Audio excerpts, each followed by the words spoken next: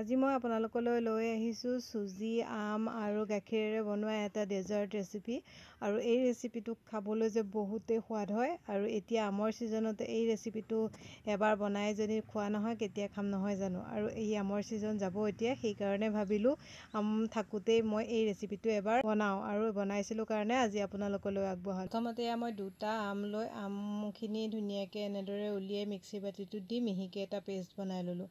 আৰু এতিয়া পেষ্টখিনি মই এটা বাতিলৈ লৈ লৈছোঁ। তাত মই এই কাপটো জোখা আধা কাপ চেনি আৰু 4-5 চামুচমান মই ৰিফাইণ্ড অইল আৰু 1 কাপ জোখৰ চুজি দিছোঁ। এতিয়া গোটেইখিনি ভালদৰে এবাৰ মই মিক্স কৰি ল'ম। দেখিছে নহয়, মই হুইস্কাৰডালৰ সৈতে এইখিনি একদম ধুনীয়াকৈ মিক্স কৰিছোঁ। আৰু যেতিয়া এইখিনি মিক্স হৈ গৈছে আৰু দেখিছেনে অকণমান শুকান শুকান হৈ আছে, তেনেকুৱাতে এতিয়া ইয়াত মই ব্যৱহাৰ কৰিম অকণমান গাখীৰ। মই এই কাপটোৰ জোখেৰে আধা কাপমান হ'ব, আধা কাপ মানে গাখীৰ দি দিছোঁ। গাখীৰখিনি দি ভালদৰে এইখিনি আকৌ এবাৰ মিক্স কৰিছোঁ। এইখিনি ধুনীয়াকৈ মিক্স কৰি লোৱাৰ পিছত এইখিনি এতিয়া আমি ঢাকি আধা ঘণ্টামানৰ কাৰণে ৰাখি দিম, যাতে চুজিখিনি অকণমান ফুলি যায়। চুজিখিনি ৰেষ্ট হয় মানে আমি এতিয়া ইফালে ৰেবৰিটো বনাই ল'ম। তাৰ কাৰণে 2 কাপ মই গাখীৰ দিছোঁ, লগতে 2টা ইলাচি এনেদৰে ফালি দিছোঁ। আৰু ইয়াত মই এতিয়া দি দিছোঁ 3 চামুচ পাউডাৰ গাখীৰ। পাউডাৰ গাখীৰখিনি দিয়াৰ পিছত গাখীৰখিনিৰ লগত ভালদৰে মিক্স কৰি ল'লোঁ। আৰু এতিয়া ইয়াত মই দি দিছোঁ কেইডালমান কেশৰ। আপোনালোকে কেশৰ নিদিয়াকৈও বনাব পাৰে, কেশৰ দিলে ফ্লেভাৰটো ধুনীয়া হয়, সেয়ে দিছোঁ। আৰু ইয়াত মই দি দিছোঁ সোৱাদ অনুসৰি চেনি। চেনিটো আপোনালোকে নিজৰ সোৱাদ অনুসৰি কম আৰু বেছি কৰিব পাৰে। এইখিনি ভালদৰে মিক্স কৰি লোৱাৰ পিছত এতিয়া ইয়াত মই দি দিছোঁ কেইটামান এলমণ্ড আৰু কেইটামান পিস্তা এনেদৰে মিহিকৈ কাটি। এইখিনি এতিয়া আমি একে পগাই পগাই ডাঠ কৰি পেলাব লাগিব। যেতিয়ালৈকে গাখীৰখিনি ডাঠ হৈ নাযায় তেতিয়ালৈকে আমি এইখিনি লৰাই লৰাই পগাই থাকিম।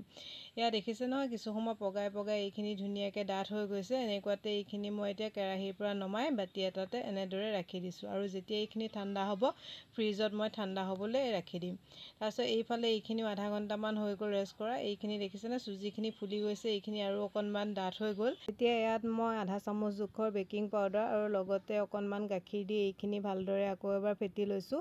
আৰু আমি এইখিনি একেবাৰে পনীয়া কৰিও পেলাব নালাগে, অকণমান ডাঠকেই থ'ব লাগিব।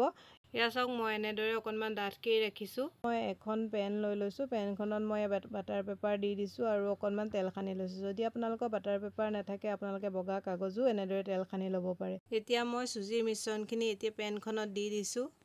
এতিয়া পেনখন এনেকৈ লৰাই বগাই অকণমান টেপ টেপ কৰি দিছোঁ, যাতে এয়াৰ বাবলছবিলাক ওলাই আহে। আৰু আনফালে গেছত মই এখন টেৱা পাতি তাৰ ওপৰত ষ্টেণ্ড এডাল পাতি দিছোঁ।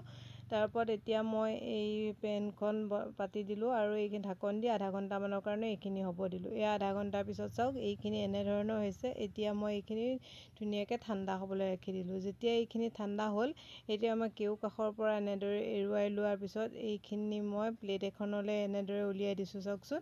আৰু এতিয়া মই বাটাৰ পেপাৰখন এৰুৱাই ল'লোঁ আৰু এইটো এতিয়া মই আকৌ লুটিয়াই দিলোঁ। এতিয়া মই এডাল টুথপিক লৈছোঁ আৰু এই টুথপিকডালৰ সহায়ত মই কেকটোৰ ওপৰত এনেদৰে খুচি খুচি ফুটা ফুটা কৰি দিছোঁ। যিহেতু আমি ৰবৰিখিনি বনাই ৰাখিছিলোঁ, ৰবৰিখিনি ইয়াত দিম তেতিয়া যাতে ভিতৰলৈকে সোমাই যায়, সেইকাৰণে এনেদৰে মই খুচি খুচি ফুটা ফুটা কৰি দিছোঁ।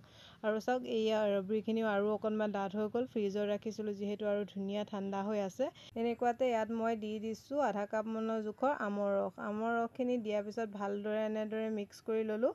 আৰু এতিয়া যে মই চুজি কেকটো বনাই ৰাখিছিলোঁ তাৰ ওপৰত মই এনেদৰে ৰবৰিখিনি দি দিছোঁ। চাওক মই কেনেদৰে কৰিছোঁ, ৰবৰিখিনি এনেদৰে দি কেউ কাষে এনেদৰে বহলাই দিছোঁ। আৰু যিখিনি ফুটা ফুটা আছিলে, ফুটা ফুটা দি ভিতৰলৈকে ধুনীয়াকৈ সোমাই যাব।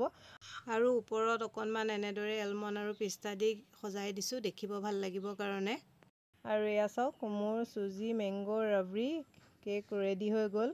আপোনালোকে যদি এনেদৰে এই ডেজাৰ্টটো বনাই খোৱা নাই, এবাৰ বনাই খাই চাবচোন। আৰু খাবলৈও যে বহুতেই সোৱাদ হয়। শেষত মোৰ আজি চুজি মেংগো ৰবৰি কেক ৰেচিপিটো চাই কেনেকুৱা পালে কমেণ্ট এটা কৰি জনাবলৈ নাপাহৰিব। যদি ভাল পালে লাইক কমেণ্ট শ্বেয়াৰ কৰাৰ লগতে মোৰ চেনেলটো ছাবস্ক্ৰাইব কৰি দিব। আকৌ লগ পাম নতুন এটা ৰেচিপি ভিডিঅ'ৰ সৈতে। তেতিয়ালৈকে ভালে থাকক, সুস্থ থাকক। আজিলৈ বাই বাই।